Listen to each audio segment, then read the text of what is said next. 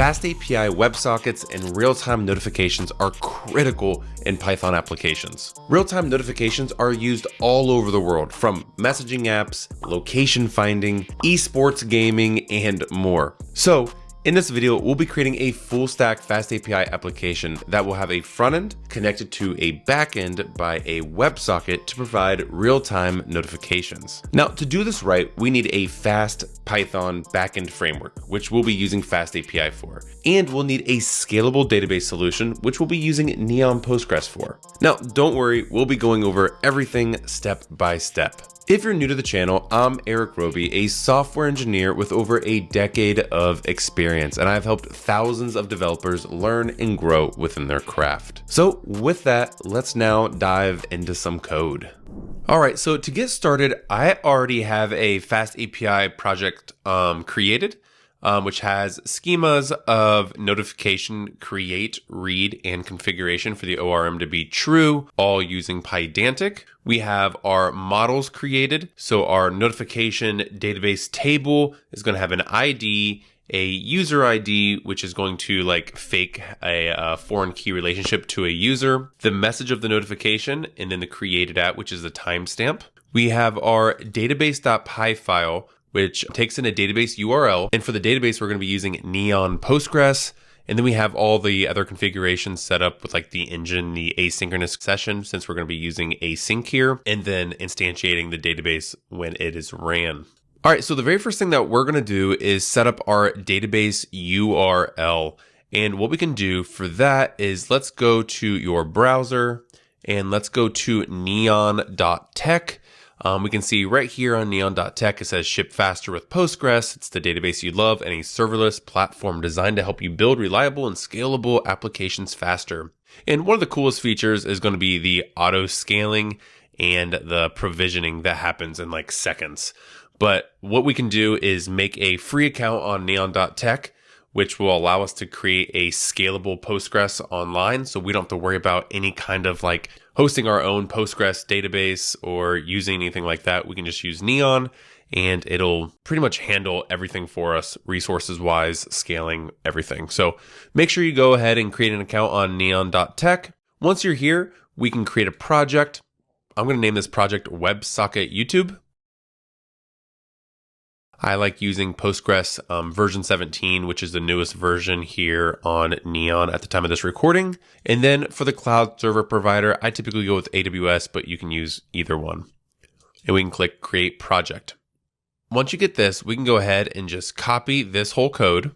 And let's go back into our application. And let's go ahead and just paste it right here inside our database URL. Now, there's going to be a couple changes we're going to need to make. For our SSL mode equals required, let's just make this SSL equals require.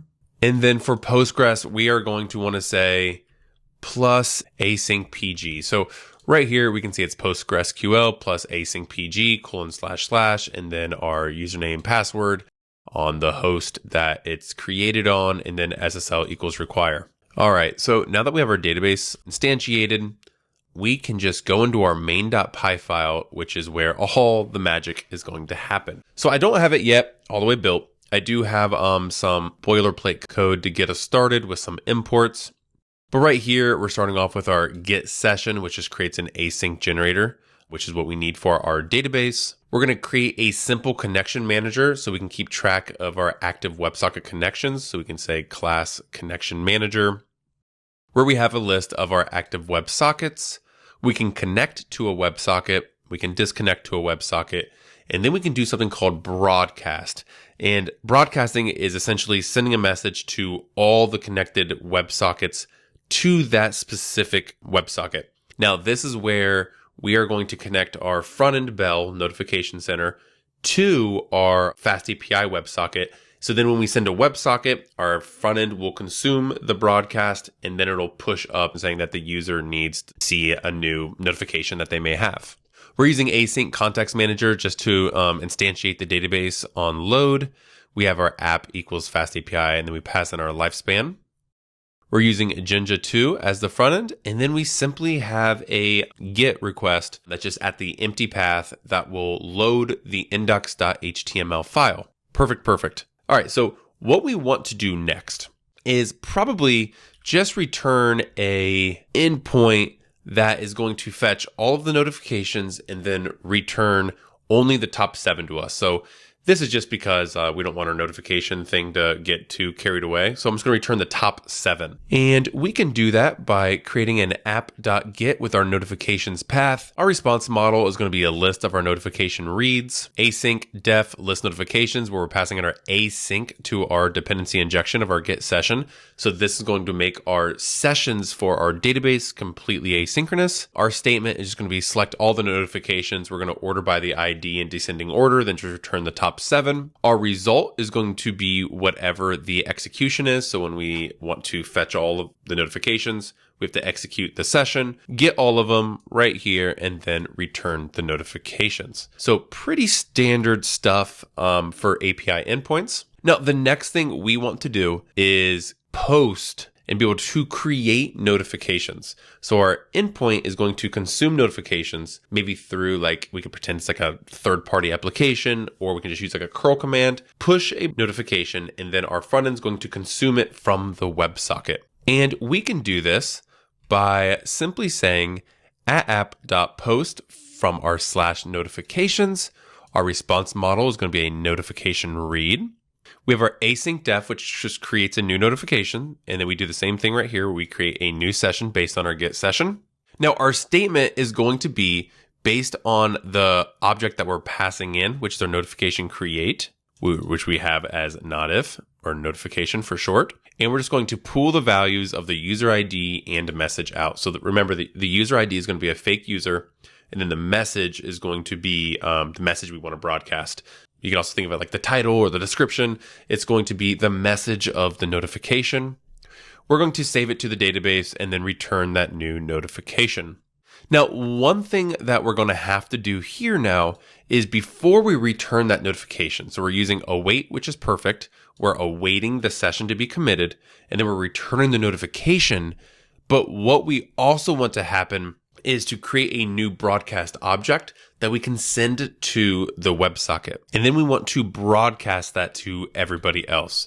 So inside here, right before we return the new notification and we await for the session to be committed, what we want to do here is broadcast this new notification to all connected WebSocket clients. So we have our message to broadcast. We have an action, which is just going to be a new notification. It's just a key value pair. And then we have this entire dictionary called data, where we're going to have the ID of the new notification ID, the user ID, which is going to be the fake user ID that we pass in with a broadcast, a message, and then the created at. And then we can use this await manager.broadcast, which then sends out everything to the WebSocket. So this manager is actually coming from our WebSocket manager up here. Right here, we create a new connection manager, and then we're calling this broadcast, which sends the message to all the WebSockets. So with that, the only thing else we need to do is really allow our application to now connect to the WebSocket. And we can do this by saying app.websocket. We need to make sure that the path is /ws for WebSocket. And then async def WebSocket endpoint, where we pass in a WebSocket object. We accept a connection and store it. And then we can just say while true, we just received all the messages, and we echo and parse the client messages here. And then if something fails, we throw an exception and disconnect the user from a WebSocket. So with that, let's first go ahead and run our application. So I'm going to say new terminal here, and I am going to jump into my app folder and say Uvicorn main:app -- reload. Awesome. Let's go back into our browser. And here we can see in our Neon, our project dashboard, where if we go into tables, we're now going to see our notifications table because our FastAPI application created it, but we have no information yet in here. But as soon as we call one, so if we go back to our local host and we refresh, we can see right here in our Swagger documentation, a post /notifications. So let's go ahead and just try it out real quick. I'm going to say the user ID is going to be 123. And then the message is going to be first notification. And let's try and execute this. Here we can see that we get a 200 response with an ID, user ID of the first notification message, and then the created app. And if we go into our Neon and we refresh our database, we can see right here that it is saving everything super quick and efficiently with our ID, our user ID, first notification in our message, and our created app. Now let's go ahead and just see our application run. So if we go to our root path of localhost 8000, we can see that we have our notifications demo. Welcome to the notification system. Try sending a notification to see it appear in this bell. And if we click this, we can see that we already have a notification because we're fetching the top 7 endpoints already. So right here, we are getting our notifications, first notification of January 28th. So I'm going to open up my terminal real quick.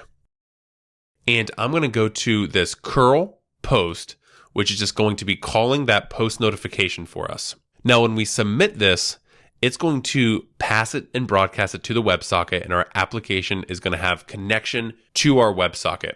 So I'm going to say send. And we can see our little animation with a 1. If we do a new one, so I'm going to come in here and I'm going to say new message. Just normal new message so we know it's separate from the other one. We can see it shoots up to 2. If we do it again, and I'm going to say this is a message from Eric's terminal, and I click enter, we'll see we get 3. And now if we click it, we can see our new message here, new message. This is a message from Eric's terminal. And on click, we remove all the badges. So I'm going to do this a couple more times. I'm just going to kind of re-say the same thing maybe a few times. Maybe I'll just change this right here to this 1. And I'll say this 2. And then lastly, I'll say this 3. If we come back in here now, we can see this message from Eric's terminal, this message from Eric's terminal, this 1, this 2, this 3. And it looks like we're returning a bunch of notifications. So if I refresh this, oh, and that's because on load, it only fetches the top 7. After that, we just push them all through. But if we refresh it, it's always going to have the last 7 right here. All right, well, this is a pretty cool project, I think, where we're able to save our databases to a cloud provider for auto scaling, because you never know how many notifications you're going to have in your application. If you have this for so many different users and user IDs, and everyone's getting multiple messages and broadcasts every single day, you're going to want a scalable database. So that's why I would go to like Neon. Their free tier is amazing for this kind of stuff. And then in our code, we were able to create a WebSocket for FastAPI and shoot notifications around. So this is an awesome project, and I'll see you in the next video.